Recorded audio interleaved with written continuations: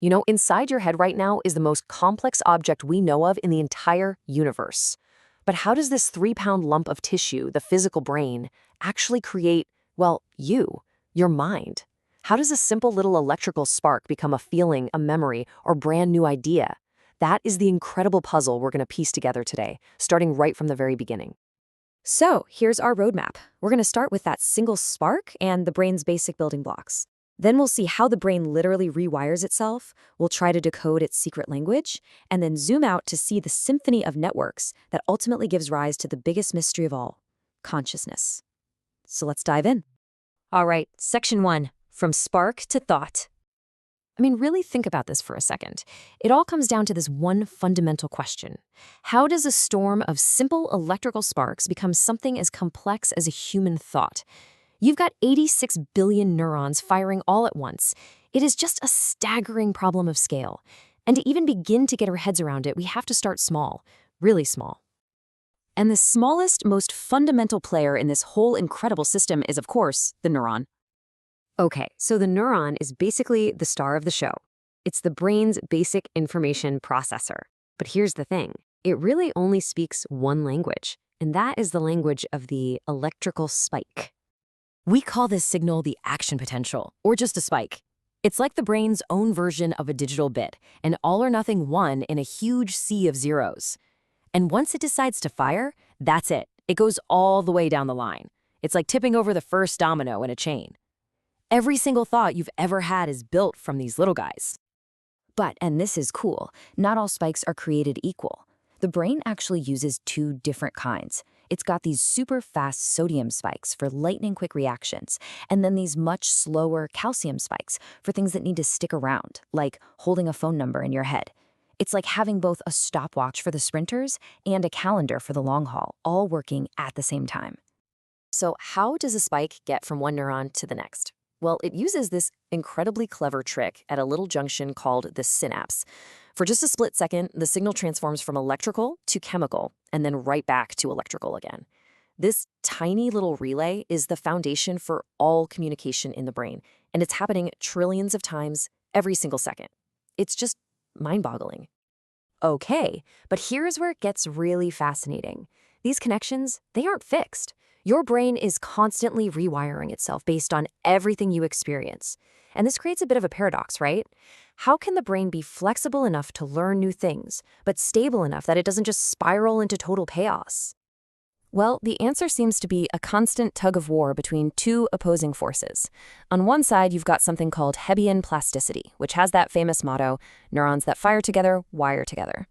This is what strengthens connections and forms memories. But if that was the only rule, your brain activity would just explode. So to keep that from happening, the brain has a counterbalance, homeostatic plasticity. This is the negative feedback loop that basically says, whoa, okay, let's calm down a bit, keeping the whole system in a nice, stable, balanced range. This constant push and pull actually drives the brain into this amazing state called self-organized criticality. The best way to think about it is to picture a sandcastle right on the verge of collapsing. It's perfectly formed, but a single grain of sand could trigger an avalanche, creating a whole new pattern. That's your brain, living right on the edge of chaos. And that's its sweet spot, the state that absolutely maximizes its power to process information and adapt to, well, to anything. So now we've got these perfectly balanced, super adaptive circuits, but a circuit is pretty useless unless it can actually carry information. So that brings us to the next level, the brain's secret language, the neural code. And it turns out there isn't just one code. The brain is multilingual. It can encode information based on the rate of spikes, how fast they're firing, or it can use their precise timing, or it can look at the pattern across a whole population of neurons at once. But the real holy grail for neuroscientists is the functional code, the specific pattern that doesn't just correlate with something, but actually causes a behavior. And this is a really crucial point. A pattern of neurons firing is only a meaningful code if it's actually causing something to happen. It's the difference between a neuron that fires when you see the color red and a neuron whose firing makes you say the word red. Cracking that causal link, that's one of the biggest challenges in all of neuroscience today. All right, let's scale up again. We've gone from individual spikes to circuits to codes. Now let's zoom out and look at how entire brain regions, organized into these massive networks, all coordinate with each other to produce complex thought.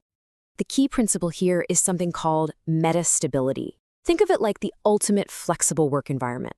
Instead of rigid departments that never talk to each other, different brain areas form temporary, pop-up teams to tackle a specific task. And once the job is done, poof, they dissolve and instantly reform into new teams for the next challenge. This is what allows the brain to be both a collection of incredible specialists and a perfectly integrated team at the same time. And here's a finding that might actually surprise you. When you really focus on a task, you might think your brain becomes more synchronized, more rigid, but research shows the exact opposite is true.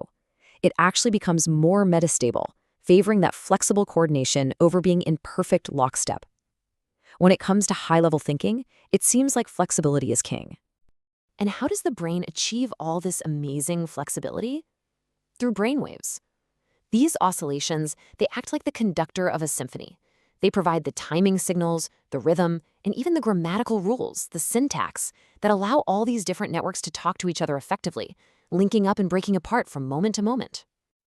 So all these levels, the spikes, the rules for rewiring, the codes, the networks, they all build up towards the highest peak, the ultimate emergent property of the brain. And that's consciousness itself. How does all this machinery produce the subjective feeling of being you? Well, right now there are two major theories battling it out.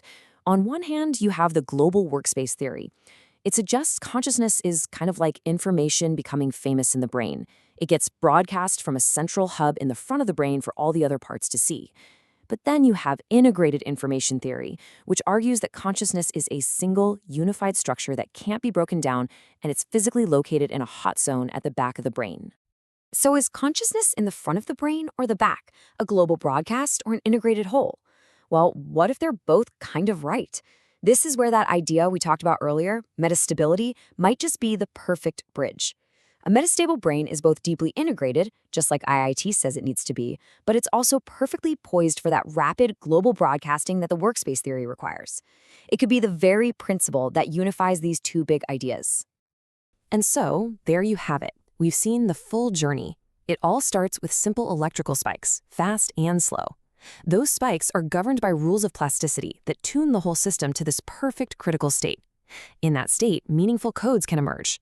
Those codes are then organized and shared using the syntax of brainwaves, and the whole symphony is orchestrated by the global principle of metastability. Each level just beautifully builds upon the last, taking us all the way from a single spark to a complex thought. We've traced this incredible path, from a spark to a thought, all built on these amazing layers of dynamic principles. But the ultimate question, of course, still remains. When we finally do crack the brain's causal code, what are we going to find at the very heart of what it means to be human?